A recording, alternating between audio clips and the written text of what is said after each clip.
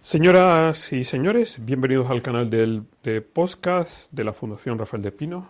Soy André Betancourt, catedrático de Derecho Administrativo, director del programa Instituciones del Estado Democrático de la Fundación Rafael del Pino. El objetivo de esta iniciativa es contribuir a la mejora de la calidad de nuestras instituciones como condición o requisito para la mejora de nuestro Estado Democrático de Derecho. Malas instituciones, mala democracia y peores libertades. Hoy vamos a dialogar con Ignacio Díez Picazo, catedrático de Derecho Procesal y abogado, y me ha recordado, efectivamente, letrado del Tribunal Constitucional, en excedencia también. Uh-huh. Bueno, y vamos a conversar, como no, con una persona tan experta sobre el recurso de amparo. Bienvenido, Ignacio. Muchas gracias, Andrés. Un placer. Bueno, Ignacio, tu ponencia me parece una ponencia muy interesante. Por muchas razones.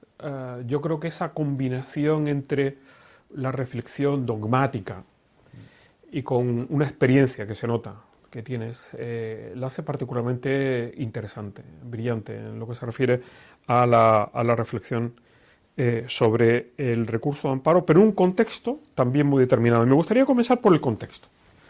Hay un tema que nos preocupa a todos, ¿no? Que es lo que se ha denominado la degradación institucional, la crítica que se está proyectando sobre el Tribunal Constitucional.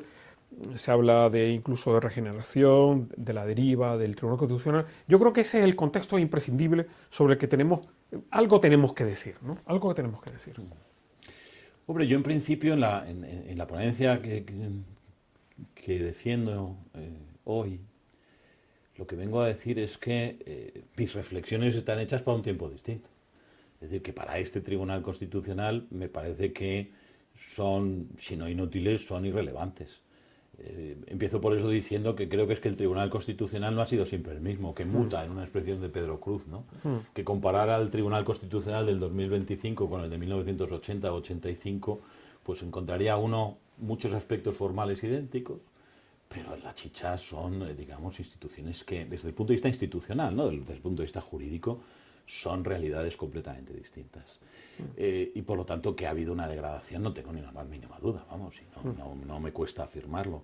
El tema es, a uno le invade el pesimismo, también lo digo, pero hay que combatirlo. O sea, llega un momento en el cual habrá que decir, esto ¿se puede revertir? Digo, sí, se puede revertir. Y aparte, digamos, es fácilmente reversible, no lo voy a decir fácilmente, pero no es, digamos, de una dificultad extrema. Hace falta voluntad política por parte de quien puede, claro. Eso sí. Pero el problema que se plantea es que una vez se quede contaminado, comprometida la legitimidad de las instituciones, es muy difícil de revertir eso. Es decir, desde el momento que se instala esa idea de que poco menos que una instancia política, que obedece a criterios políticos, etcétera, etcétera, claro, es una sombra muy poderosa. Hasta que deje de serlo. Claro. Pero es muy difícil de revertir eso, ¿eh? Ciertamente, pero llevamos con este debate, pues en fin, casi desde que, iba a decir, que yo era un joven jurista principiante. Lo único que pasa es que probablemente la deriva ahora es brutal, ¿no? Es brutal. ¿Cómo se le pone coto? Yo no tengo una fórmula mágica al respecto. Y obviamente muchas veces me pregunto y me interrogo acerca del sentido de que puede hacer uno por su país, y digo, la verdad es que hacer que se me ocurra nada más que seguir pregonando, seguir cuestionando el tema y trasladarlo a quien tiene la responsabilidad, que en un régimen, yo no lo llamo de partitocracia, porque la partitocracia es buena. Sin partidos políticos se vive mucho peor. Lo que hay es un exceso de partitocracia y una colonización institucional de lo que no se debe colonizar. Y aparte, digamos, esto es como lo del Winter is Coming en la serie de Juego de Tronos, pues aquí avanza, claro. No solo no disminuye, va ganando enteros en muchos aspectos y va llegando a grados que probablemente los que ya teníamos una cierta edad jamás pensamos que se iba a dar. Claro. ¿Cómo?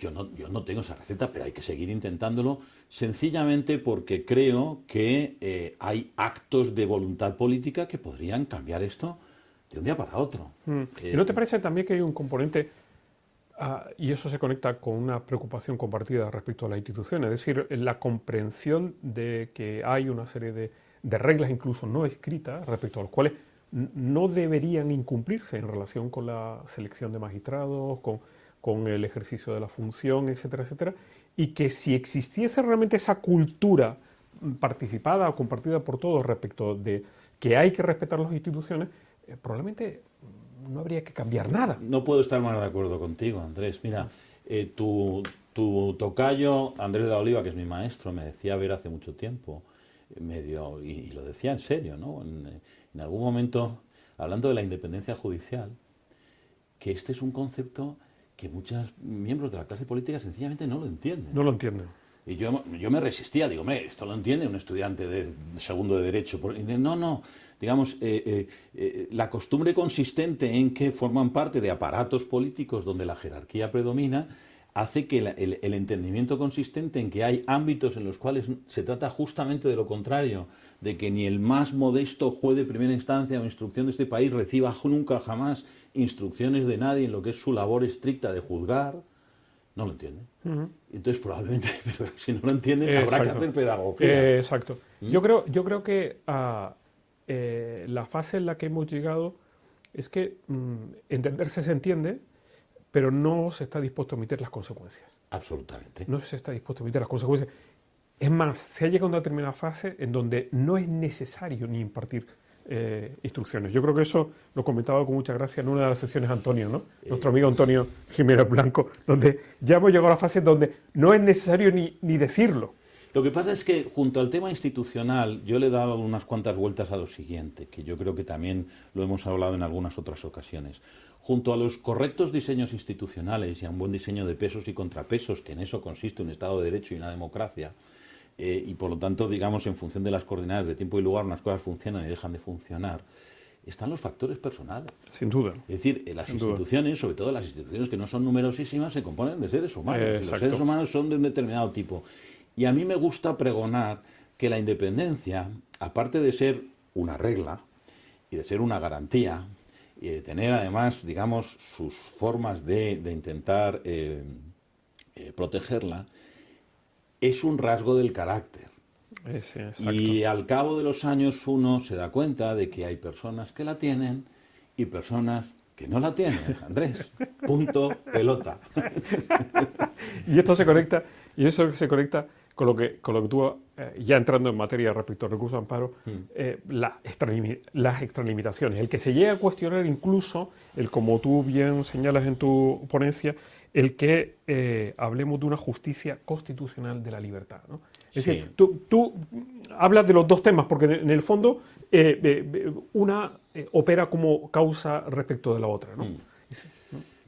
A ver, la cuestión consistente, el tema de las extralimitaciones del Tribunal Constitucional en amparo es ya muy viejo. Y la reacción de cierta parte de la comunidad jurídica y política consistente ante las extralimitaciones es como muerto el perro, se acabó la rabia, es decir, matemos la criatura, es también muy antigua. Pero claro, la cuestión no puede ser esa. Es decir, lo que no puede suceder es que en cualquier ámbito institucional, en cuanto hay extralimitación, lo que tenemos es que cargarnos la institución de que se trate y no hace falta que lo argumente. Lo que quiero decir es que una extralimitación, voy a decir no cotidiana, casual, extraordinaria, de vez en cuando, es moneda común en todos los ámbitos. Inevitable. Y se da también en otros. Y por tanto la idea de no, en el ámbito del Tribunal Constitucional se da por una politización. Digo, unas veces sí y otras veces no. Pero extralimitaciones también comete, con perdón, el Tribunal Supremo en casación. Con la misma frecuencia tal, pues depende de épocas. Pero esto sucede. De tal manera que ante eso lo que hay que hacer es más bien, llevo pensando sobre esto bastantes años, habrá que decir, hombre, minoremos los motivos de extralimitación. Es verdad que en las épocas, como pueda estar sucediendo, donde una buena parte de la comunidad jurídica percibe que lo que está pasando es que la extralimitación es consciente, voluntaria y sesgada, entonces Houston tenemos un problema.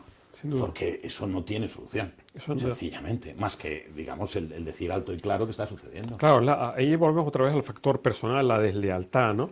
Es decir, la deslealtad respecto de las instituciones, respecto del Estado Democrático de Derecho. Si tú operas de mala fe, deslealmente, es inevitable las extralimitaciones y no hay ningún sistema que lo pueda evitar, ¿no? Ninguno. Ninguno. No, ahí sí que efectivamente, es decir, si la deriva, es decir, esto es parecido, las metáforas siempre ya sabes que son muy complicadas, a mí me dan un poquito de miedo, pero esto es parecido a que te detecten un cáncer. Hombre, los cánceres tienen tratamiento,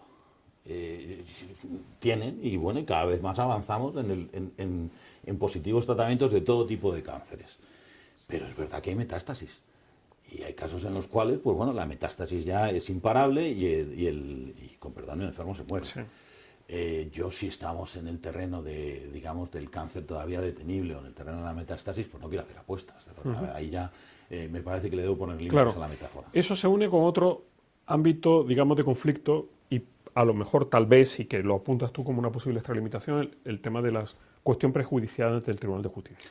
Pero ese es un tema que, como sucede muchas veces, nos pasó, y tú lo sabes también, por ejemplo, perdón por salirme del tema, con la amnistía. Entonces lo llevábamos al tema de, ¿son las amnistías constitucionales o no son constitucionales? Puede ser un tema interesantísimo para un ámbito académico, pero no, mire usted, a mí lo que me interesa es esta amnistía, esta. ¿A qué se debe?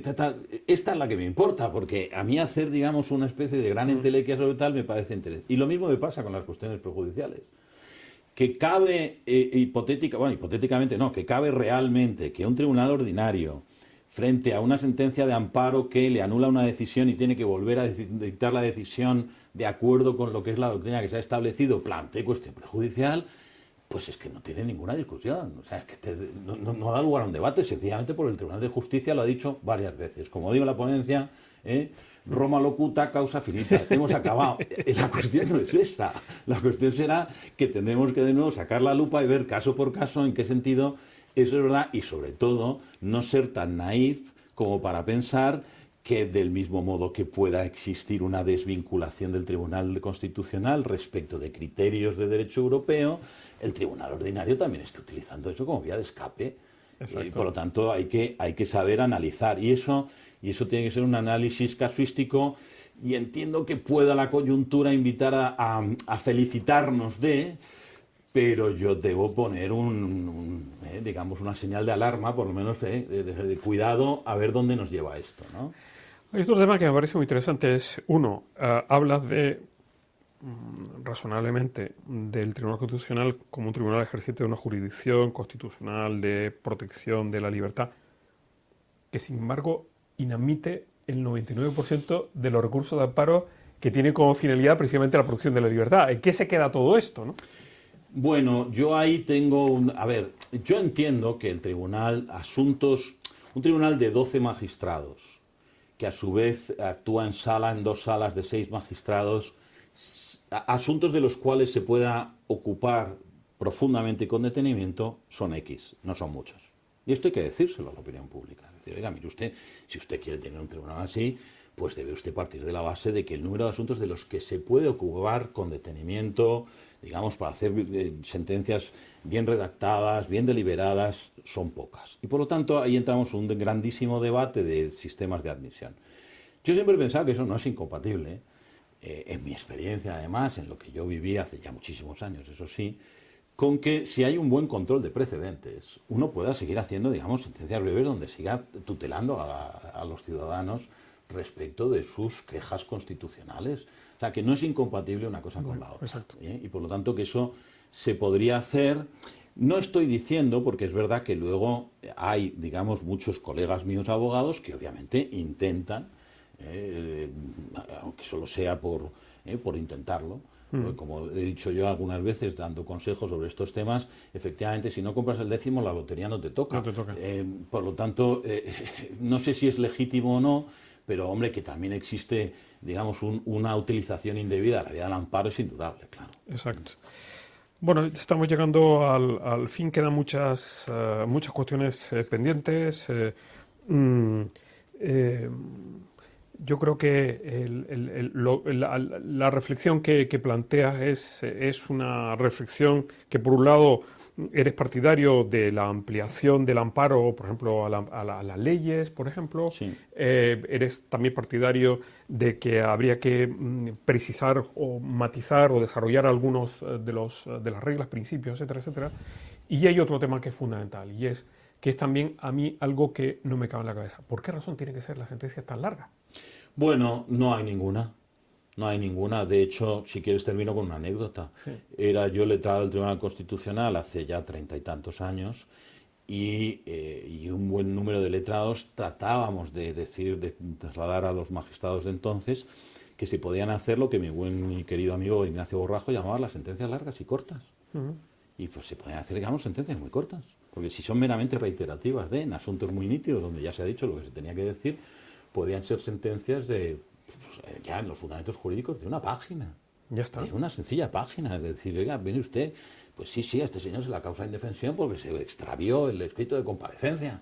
Ya está. Y bueno, y la sentencia fue condenatoria, punto. Y es que no hay mucho más que decir. Con algún magistrado entonces hicimos el intento, era que en aquella época no había informática, y recuerdo que yo hice una así, y al cabo del tiempo, me acuerdo que leyendo tal, me encuentro el mismo asunto en el cual yo había redactado un borrador con una sentencia que ocupaba 12 páginas. ¿Por qué? Pues había muchos resabios frente a la idea de... Yo tengo la experiencia, digamos, el recuerdo desde el lado del magistrado. Ya te puedes imaginar a quién me refiero, ¿no? Sí. Es decir, y efectivamente, planteada esta cuestión, me contestó, es que necesitamos hacer doctrina o tal, no, pero no tiene sentido. No tiene sentido. No siempre, y eso sí que me lleva, si quieres, por terminar, a un elemento que a mí me lleva preocupando ya muchos lustros, quiero decir, no, mire, usted no está aquí para hacer doctrina. Exacto. Me evoco mucho pues, la figura de mi padre, por ejemplo, decía, no, mire, usted, un juez está para resolver casos, aunque sean constitucionales, pero está para resolver casos. Y algunas veces, si usted lo hace bien, conseguirá fijar una doctrina, una jurisprudencia, pero usted no está aquí puesto para hacer eso, para crear maximarios, etcétera, etcétera. A mí me gusta una frase, no sé si te la brindo, que es la de la jurisprudencia surge, no se fabrica. Muy bien. Muy bien, pues muchísimas gracias, Ignacio, por estos comentarios, gracias, estas ideas me parecen fantásticos. Todo lo dicho y de verdad yo creo que es una fuente de reflexiones muy interesante, que es lo que da sentido a este programa y a estos podcasts. Muchísimas gracias. Gracias por contar conmigo, Andrés. Nos faltaría más. En la próxima sesión trataremos sobre el derecho de secesión con Ana Gema López Martín, catedrática de Derecho Internacional Público. Gracias a todos ustedes por su atención y le invitamos a que continúe atendiendo este canal de podcast de la Fundación Rafael del Pino. Muchas gracias.